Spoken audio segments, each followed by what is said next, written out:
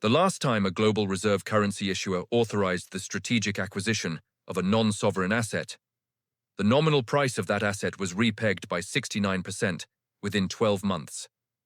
On January 23, 2025, the executive order for a strategic Bitcoin reserve crossed the exact same legal threshold.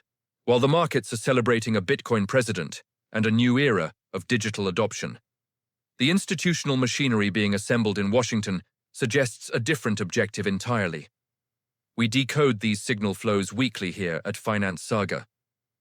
This isn't a story about crypto adoption. It is a story about the mathematics of sovereign debt restructuring and the specific mechanism governments use to erase liabilities they can no longer pay. To understand why this executive order is a trap, we have to look past the price charts and into the sovereign ledger.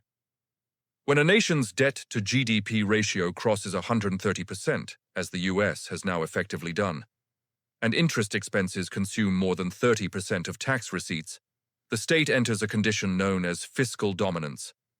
At this stage, the central bank loses its independence because it must print currency to keep the Treasury solvent. But printing currency creates inflation, which angers the electorate. The state needs a third door. It needs to recapitalize its balance sheet without raising taxes and without admitting default. This requires a specific three-step mechanism. I want you to visualize this map because we will return to it 3 times today. It explains every financial repression event of the last century. The mechanism map, fiscal dominance, the problem, administrative enclosure, the method, unit revaluation, the payoff. It begins with an unpayable liability structure. It solves this by capturing a hard asset within a regulated perimeter, what we call administrative enclosure. It concludes by repricing that asset against the currency to recapitalize the sovereign, effectively unit revaluation. The executive order signed on January 23rd is not the payoff. It is the enclosure. We have seen this exact sequence before. Most people know about Executive Order 6102, signed by Franklin D. Roosevelt in April 1933, which demanded the surrender of gold. But they misunderstand why it happened. The narrative is that the government wanted to stop hoarding. That was the marketing. The mechanism was about the Exchange Stabilization Fund, ESF. In 1933, the U.S. Treasury was facing a fiscal wall. They needed to devalue the dollar to erase debt, but they couldn't do it while the private sector and the Federal Reserve held the gold. If they devalued the dollar while you held the gold, you would get rich, and the Treasury would stay broke. They had to inverse that trade. Phase 1 was Executive Order 6102, the net. It forced the delivery of gold to the Federal Reserve at the statutory price of 20.67 per ounce. The government used patriotic language, national emergency, hoarding, stability. It worked. The gold moved from private vaults and bank reserves into the centralized custody of the Fed. Phase 2 was the Gold Reserve Act of 1934, the harvest. This is the part the crypto influencers are ignoring. The Gold Reserve Act didn't just ban ownership. It transferred the title of that gold from the Federal Reserve to the U.S. Treasury. Once the Treasury owned the physical metal, President Roosevelt issued a proclamation the very next day revaluing gold from 20.67 to 35 toinzolons per ounce. This simple accounting stroke created a purely paper profit of roughly $3 billion, a massive sum in 1934. Because the Treasury now owned the gold, the Treasury kept the profit. They used this windfall to capitalize the Exchange Stabilization Fund, ESF, a slush fund that allowed the Treasury to intervene in markets without congressional approval. The citizens who surrendered their gold at 2067 missed the 69% revaluation. The Federal Reserve, which held the gold in trust, received gold certificates at the old price, missing the revaluation. The sovereign captured 100% of the nominal gain to heal its ledger. Now, look at the text of the January 23rd Executive Order. The media focused on the Strategic Reserve headline. But the harvest mechanism is hidden in Section 2, subsection C. The directive to create valuation methodologies. In a free market, you do not need a government methodology to value an asset. The market provides the price every second. You only need an official valuation methodology if you intend to set a price that differs from the market. Specifically, a price for acquisition that is lower than the price of revaluation. The order also grants the Treasury the authority to acquire, hold, and manage digital assets. It mirrors the 1934 language almost word for word. They are building the net. The Treasury is not buying Bitcoin to help you getting rich. They are buying it because they are staring at 37 trillion in debt and 2 trillion in annual interest payments. They need a new asset class on the balance sheet that they can revalue to $1 million or $5 million per coin, creating a multi-trillion-dollar equity injection to offset their liabilities. But just like in 1933, they cannot allow you to front-run that trade. This brings us to the immediate danger. The 1933 order didn't seize everything overnight. It created a legal bifurcation between legitimate holdings, industrial, artistic, and hoarded holdings. The 2025 order does the same thing. It explicitly protects lawful holders. But here is the catch that bridges us to the silver markets of 1934. The government gets to define what lawful means, and that definition is about to change. The most dangerous phrase in the January 2025 executive order is not strategic reserve, but lawful holder. In the history of financial repression, legality is not a fixed state. It is a variable that the sovereign adjusts to control the flow of capital. To understand how this variable shifts, we must look beyond the Gold Reserve Act of 1934 to its younger, often forgotten sibling, the Silver Purchase Act of June 1934. While the gold seizure gets the headlines, the silver operation is the actual blueprint for how a modern state captures a volatile, secondary asset market. In 1934, the U.S. Treasury was not satisfied with merely controlling gold.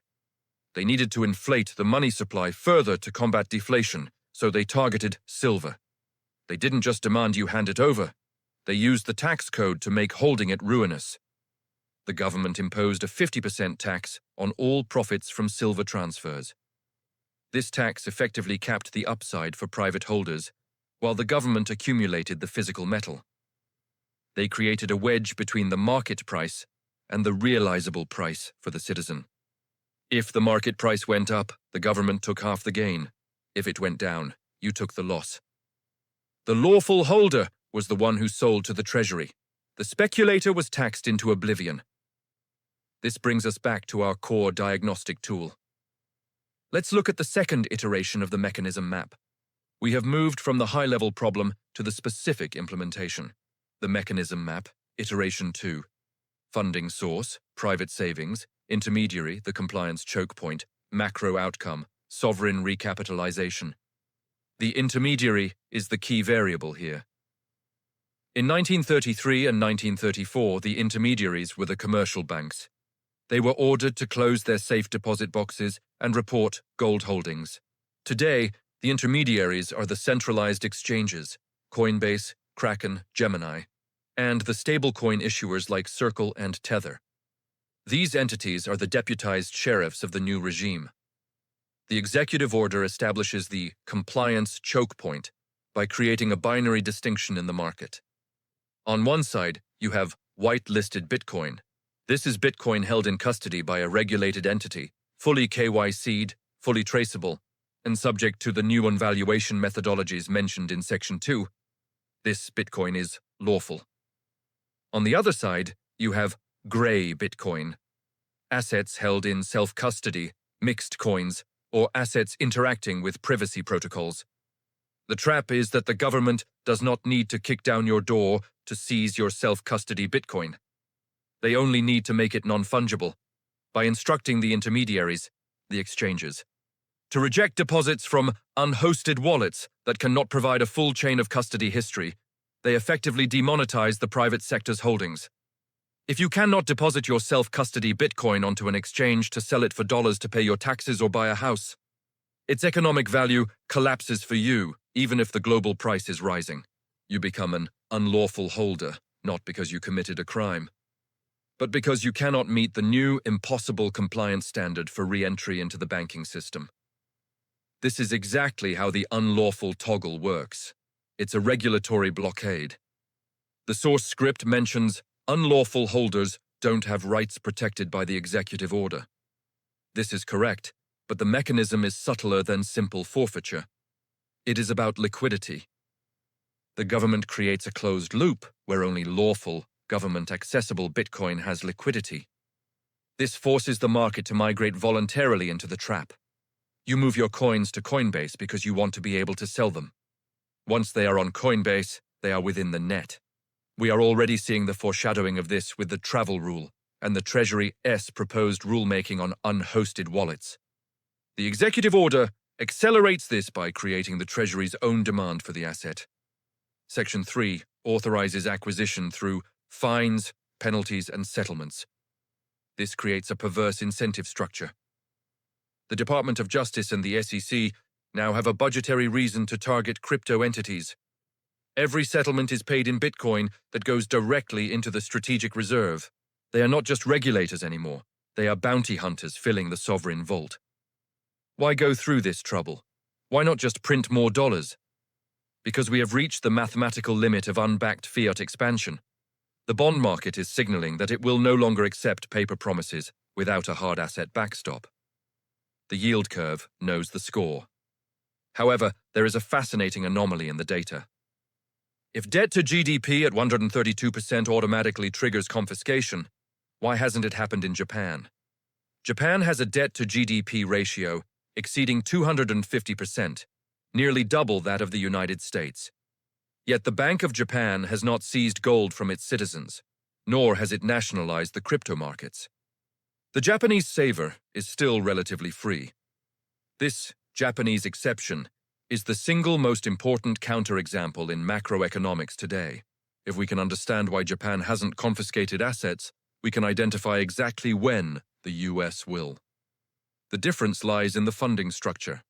In Japan, the vast majority of government debt is held domestically by Japanese banks and pension funds, which are captive to the state's regulation. The Japanese government effectively owes the money to itself. It is a closed loop. They can engage in financial repression, keeping interest rates below inflation, because the bondholders have nowhere else to go. They don't need to steal the gold because they have already captured the yield. The United States does not have this luxury. A massive portion of US debt is held by foreigners, central banks in China, Japan, and Europe, and private investors globally. These entities are not captive. If the US offers a negative real yield, they sell. This is why the Japan solution will not work for America. The US cannot force China to hold treasuries at a loss. To keep foreign capital flowing, the US must eventually show a balance sheet that isn't insolvent. That requires a revaluation event. The executive order is the preparation for that event. It is the construction of the silo. The Japan scenario is what the mainstream media hopes for. A slow, managed decline. The 1933 scenario is what the data points to. A sudden, discontinuous break in property rights to save the sovereign ledger. The trigger for the shift from the Japanese slow bleed to the American seizure is a specific breakdown in the bond market. It's plumbing. The United States is losing the privilege of the Japanese solution because the creditors are voting with their feet. In Tokyo, the creditors are domestic captives. In Washington, they are sovereign competitors. This distinction is where the macro thesis pivots from a slow bleed to a sudden cardiac event. To know exactly when the administration will move from voluntary acquisition to mandatory enclosure, we have to watch the dashboard that the Treasury Secretary watches. It isn't the price of Bitcoin on Binance. It is the liquidity stress in the sovereign debt market. We are tracking three specific signals that indicate the 1933 solution is no longer a contingency plan, but an imminent necessity. The first signal is the Treasury International Capital, or TIC, flows. This is the ledger of who buys America's debt. For 40 years, the trade was simple. The US exported dollars to buy goods, and the world recycled those dollars back into US treasuries to store value. That recycling loop is broken. The two largest foreign holders, Japan and China, have been net sellers or stagnant for months, actively reducing their exposure relative to the issuance. When the foreign sector stops buying, the marginal buyer becomes the domestic private sector. But the domestic sector is tapped out. The specific threshold to watch here is the bid-to-cover ratio at the 10-year and 30-year Treasury auctions. Historically, A healthy auction has a ratio above 2.5, meaning for every $1 of debt offered, there are $2.50 in bids. We are seeing these ratios drift dangerously close to 2.1 or 2.0, with tails, the gap between the expected yield and the actual auction yield, widening. If we see 2 consecutive failures where the primary dealers are forced to absorb more than 25% of an auction, the Treasury has lost market access. At that moment, the Federal Reserve must step in as the buyer of last resort. But buying debt with printed money is inflationary suicide. The only alternative to printing money is finding a massive source of equity to collateralize the debt. That equity is the Bitcoin and gold they are currently enclosing. The second signal is the breakdown of the gold-real yield correlation. This is the most significant alarm bell in modern finance, yet it is rarely discussed in mainstream media. For 2 decades, there was a mechanical relationship. When real interest rates, nominal rates minus inflation, went up, gold went down. Why hold a rock that pays 0 interest when you can get a guaranteed 2% real return on a bond? That was the logic. Since 2022, that correlation has snapped. The third signal is the interest expense to tax receipts ratio. This is the hard ceiling of the sovereign ledger. Historically, whenever interest payments on the national debt consume more than 14% of tax revenue, austerity measures are imposed. When it crosses 20%, the currency typically faces a crisis. The United States is currently sprinting past 30%. This is the math of 1933. The government collects tax revenue, but a third of it immediately vanishes just to service the past. This leaves 0 room for defense, entitlements, or infrastructure without massive new borrowing. It is a death spiral. Borrow more to pay interest, which raises the interest bill, requiring more borrowing. The exponential curve has gone vertical. There is no growing your way out of a 30% interest burden. The only way to reset this ratio is to erase the debt or revalue the collateral backing it. This brings us to the final iteration of our mechanism map. We have seen the problem, fiscal dominance, and the method, administrative enclosure. Now we look at the payoff. The mechanism map, iteration 3. Asset acquisition, the setup. Statutory price reset, the trigger. Ledger solvency, the result.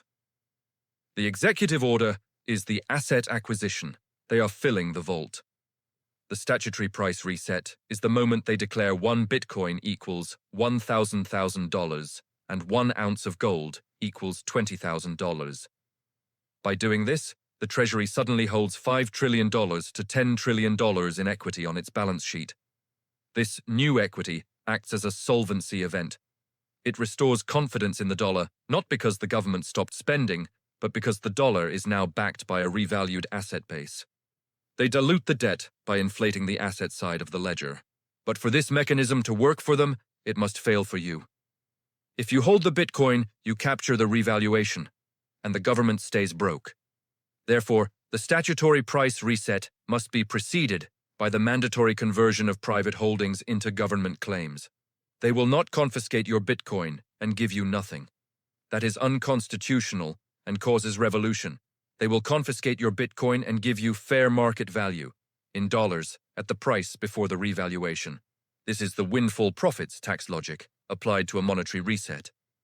You get paid $100,000 per coin in Federal Reserve notes. So, how do we know when the trap shuts? We use an if-then funnel to quantify our risk management. We are not guessing, we are measuring. The if-then funnel, level 1, trigger. If the 10-year Treasury yield breaks above 5.5% and stays there for 4 consecutive weeks despite Fed rhetoric, then the bond market has effectively broken and the Treasury will announce emergency liquidity measures within 90 days. This is the start of the enclosure. In level 2, trigger. If the regulatory agencies, SEC and Treasury, issue a joint rule banning non-compliant or unhosted wallet transfers to banking institutions, then you have less than 30 days to position your assets. This is the closing of the net. Liquidity for self-custody assets inside the US is about to hit 0. Level 3 trigger. If the Federal Reserve officially adds Bitcoin to its balance sheet as a reserve asset, alongside gold and SDRs, then the revaluation is imminent. They only book the asset officially when they are ready to mark it up. The window between level 1 and level 2 is your only time to act. Most investors are waiting for level 3, thinking that is the bullish signal. By level 3, the game is already over, the assets are enclosed, the price is managed. The revaluation is for the sovereign, not the citizen. We are currently sitting at the precipice of level 1. The yields are rising, the foreign buyers are striking, and the executive order has laid the legal groundwork for level 2. The trap is open, and the bait is the narrative that institutions are coming. They are indeed coming, but they are not coming to pump your bags. They are coming to confiscate your ledger. The question then shifts from what is happening to what do I do? To answer that, we have to look at the cash flow of the winners and losers. This isn't a moral judgment. It is a balance sheet analysis. There are 3 specific groups in this transaction: the compliant victim, the sovereign beneficiary, and the sovereign individual. You need to decide which column you are in before the next Treasury auction fails. The final phase of any speculative mania is not characterized by a change in the asset's quality, but by a transfer of its ownership. While the public debate rages over whether artificial intelligence is real or hype, the smart money has stopped debating the technology and started managing the exit. This brings us to the most critical component of our analysis, the cash flow ledger. In every bubble, there is a specific moment where wealth is not destroyed, but simply transferred from the late entrants to the early architects. To see this transfer in real time, we must look at the who pays, who benefits equation. On the benefits side, we have the corporate insiders and early venture capitalists. Over the last 12 months, while the narrative of infinite demand was being broadcast on every financial news station, corporate insiders in the semiconductor and hyperscaler sectors have been executing record levels of stock sales. They are utilizing 10b5-1 plans, scheduled automatic selling programs, to offload billions of dollars in equity near the all-time highs. This is rational behavior. They are monetizing the cheap capital box of our mechanism map before the revenue box is forced to face reality. On the pays side of the ledger, we find the passive liquidity of the global market. Pension funds, 401ks, and retail investors buying index funds. Because the Magnificent Seven now constitute such a massive percentage of the S&P 500, every dollar that flows into a generic market tracking fund is automatically forced to buy these stocks at their current inflated valuations. The passive index fund is the buyer of last resort, absorbing the equity that the insiders are selling. The mechanism is efficient and ruthless.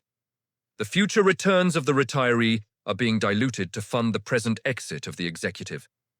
This completes our mechanism map. We began with funding source, intermediary, macro outcome.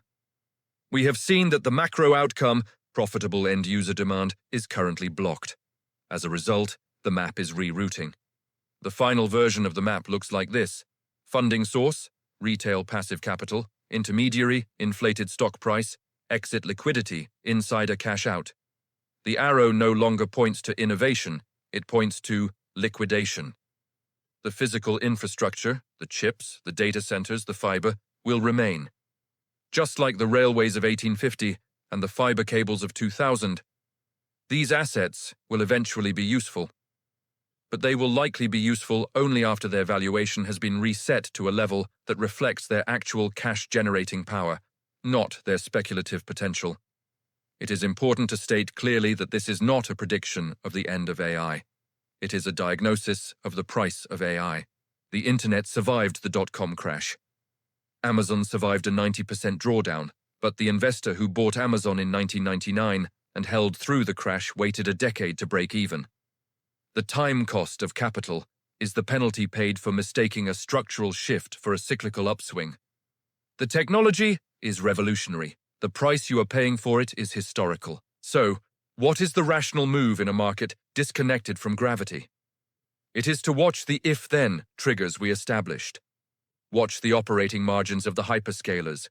Watch the inventory turnover of the chip designers. And most importantly, watch the credit spread between the semiconductor sector and the broader market. If the circular financing loop breaks, If the startups stop buying chips because the VCs stop funding the startups, the unwinding will be faster than the buildup. Volatility is not a bug in this system. It is the inevitable release of potential energy stored in the divergence between price and value. The financial history of the last 2 centuries teaches us one immutable lesson. Bubbles are the method by which capitalism allocates capital to infrastructure that is too expensive to be built rationally. We tricked investors into funding the railways, the canals, and the fiber optic networks with promises of instant riches. The investors lost money, but society kept the infrastructure. We are likely living through the same process with the compute layer of the 21st century. The data centers will be built, the models will be trained, but the bill for their construction is currently sitting in your portfolio, disguised as a growth stock. The finance saga is not about fearing the crash. It is about understanding the mechanics so you are not the one funding the exit. As capital rotates out of this crowded trade, it has to go somewhere. The next great dislocation is already forming, not in the digital cloud, but in the hard assets that power it, the energy grid, the copper supply, and the private credit markets that are quietly replacing the banks. The mechanism of the next cycle is already turning, and the smart money is already moving its chips.